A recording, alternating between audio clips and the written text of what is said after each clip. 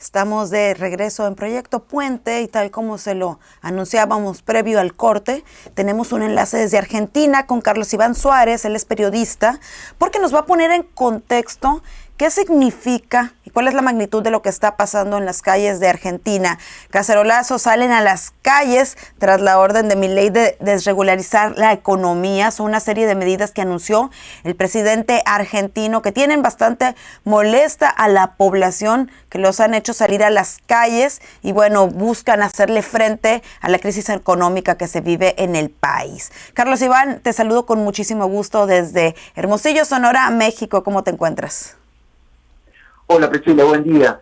Efectivamente, como tú lo habías comentado, desde anoche que el presidente Milei hizo este anuncio de la reforma económica y de más de 300 leyes, muchas o algunas personas han salido a la calle, principalmente han sido adeptos a la oposición que están rechazando estas medidas del gobierno actual. Son adeptos al kirchnerismo que era parte del anterior gobierno. Bien decía Milei que estas nuevas medidas las estaban tomando debido a una herencia que había recibido de gobiernos anteriores y esta inflación que se vive en el país. Es por eso que han modificado ciertas leyes, como por ejemplo, o las que impactan más en la sociedad, es la ley de alquileres que ha sido derogada y ahora los inquilinos junto con los arrendatarios podrán llegar a un acuerdo económico y pactar lo que ellos crean necesario para hacer este tipo de igual manera se permite ahora que pueda pagarse en la moneda local a través de monedas digitales o en cualquier otro tipo de moneda. Lo mismo está ocurriendo con la ley de exportaciones, que ahora es libre, incluso el dólar blue, como se le conoce al dólar paralelo, porque recordamos que Argentina vive un cepo cambiario, ya no es ilegal, sino que de esta manera pasa a ser legal, como lo decía el presidente Javier Milei. Anoche aún permanecían algunas personas manifestando en distintas calles de la ciudad de Buenos Aires y de la ciudad de Córdoba en el centro del país, donde la policía local reprimió esta manifestación porque estaban trazando el paso. Cabe destacar que este nuevo gobierno ha implementado una serie de medidas antipiquetes, como se le conoce acá en Argentina, que prohíbe el corte de la circulación vehicular. Es decir, las personas pueden manifestarse, pero sobre las aceras sin importar el tránsito libre del resto de la ciudadanía.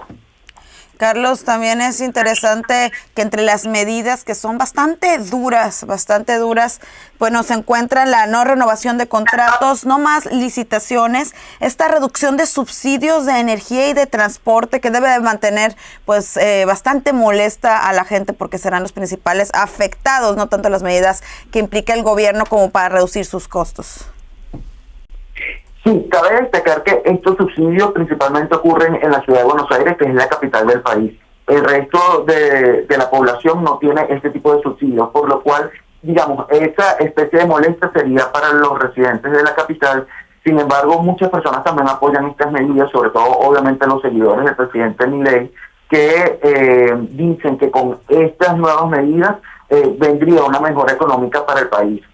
Como te decía anteriormente, han sido personas adeptas al anterior gobierno los que han salido a la calle y el resto de la población ha aceptado y dicen que van a apoyar estas nuevas medidas de ley. Incluso el mismo presidente ayer lo decía, que durante los próximos días va a estar anunciando otras nuevas medidas que serían en beneficio o en pro de la economía argentina. Él ha manifestado que durante el próximo año quizás tenga un periodo bastante fuerte hablando económicamente, pero que posteriormente vendría una luz al final del túnel para que acabar con la inflación, que es la mayor problemática de la Argentina. Algo que también es interesante es la reducción de ministerios y secretarías, de cómo van a pues pasar de 18 a 9 en ministerios y de 106 a 54. Esto significaría pues un ahorro pues en la economía del dinero público. Es correcto. Desde el primer día, incluso fue el primer decreto del presidente, la reducción de los ministerios del 18 a tan solo a 9, es decir, el 50%, bien decía que era por los gastos públicos. Daban cuenta el vocero de la Casa de Gobierno en su momento que a través del dinero público se pagaban cargos que eran innecesarios, como por ejemplo choferes, a subsecretarios que estaban en segunda línea de los distintos ministerios, así como también custodias para estas personas que no eran necesarias. De igual manera dio cuenta de algunos gastos también que llamaban innecesarios, como por ejemplo el seguro de una serie de cuadros que están en la residencia oficial, la cifra que ascendía a más de 2.500 millones de dólares, que con eso, decían desde la vocería del gobierno, podrían ayudar a mejorar planes y a otras personas. De hecho, asumo que con ese mismo dinero pues fue que aumentaron en 50% los planes sociales para las personas que están en estado de vulnerabilidad. Este derroche, pues, en el dinero público que se está visibilizando ahora con la reducción de medidas por parte de Milei, ¿ya era conocido o fue algo que salió a la luz recientemente, Carlos? Desde la campaña que inició Milei el año pasado, ha dicho que esto era parte de su gobierno o sería parte de su gobierno, y efectivamente lo está cumpliendo. Por eso sus seguidores y gran parte de la población está contenta, están satisfechos, como te decía, apoyando estas nuevas medidas para lo que sería la salida de la inflación.